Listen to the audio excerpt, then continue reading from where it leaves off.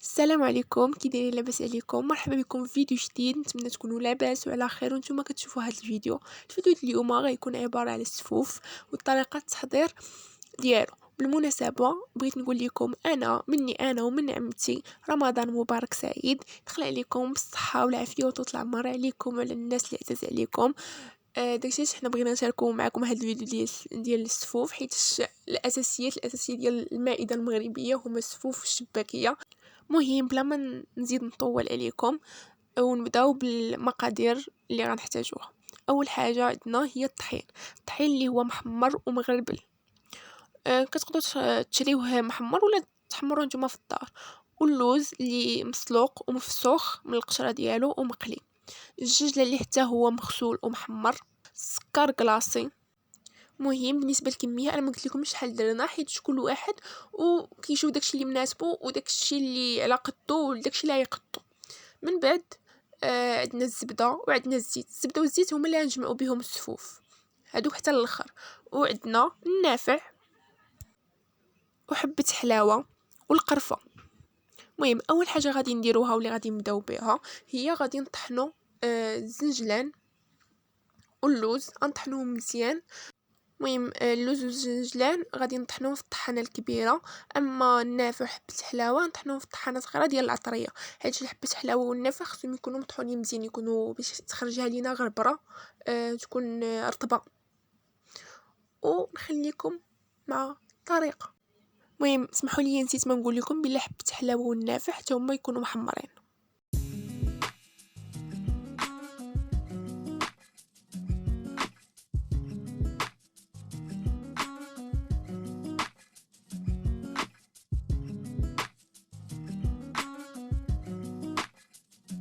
المهم هنايا بدلنا الطحانه د العطريه بهذه، حيت لقيناها بلا كتهز كميه كبيره على الاخرى و كطحن مزيان.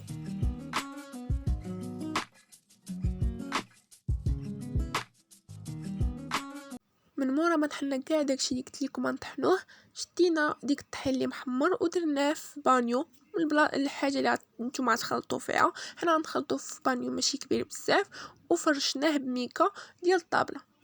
ومن بعد غادي نبقاو نضيفوا كاع النواشف ونخليو الزبده والزيت اللي غادي ندوبوا الزبده معها الزيت ندوبوهم وهما اللي غادي نجمعوا بهم. بالنسبه للسكر السكر كلاصي غادي تخلطوا كاع داكشي اللي عندكم وتخليو السكر كلاصي هو الاخر، وغادي ديروه على حسب رغبه كل واحد. كاين اللي كيبغي الصفوف يكون حلو بزاف، كاين اللي ما يبغيش يكون حلو بزاف، على حسب الرغبه ديال كل واحد. غتبقاو تضيفوا شويه بشويه وتذوقوا وحتى توصلوا للقياس اللي بغيتو نتوما.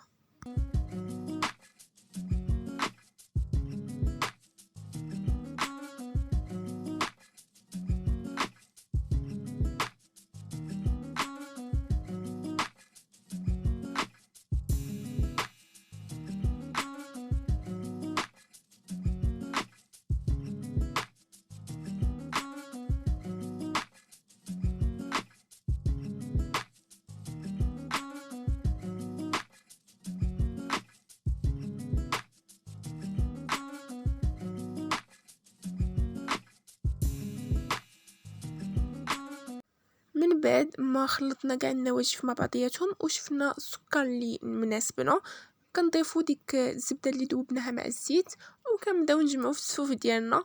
حنا كنديروا الصفوف ما كنبغيوهش يكون ميدم، حيت كاينين الناس يعني كيولي عندهم فحال الجيلاتين، كيولي كيتحرك فحال الجيلاتين. حنا لا، ما زيدش علينا اليدم بزاف، كنجمعوه حتى كيتجمع لينا دابا تشوفوا في الاخر، ولكن ما يكونش ميدم بزاف وما يكونش عاوتاني ناشف. ولكن الزيت كيبقى حتى هو على حسب الاختيار، كل واحد كيفاش كيبغي يكون السفوف ديالو. هنا بقينا كنضيفوا الزيت والزبده شويه بشويه حتى وصلنا للقوام اللي بغينا وحبسنا.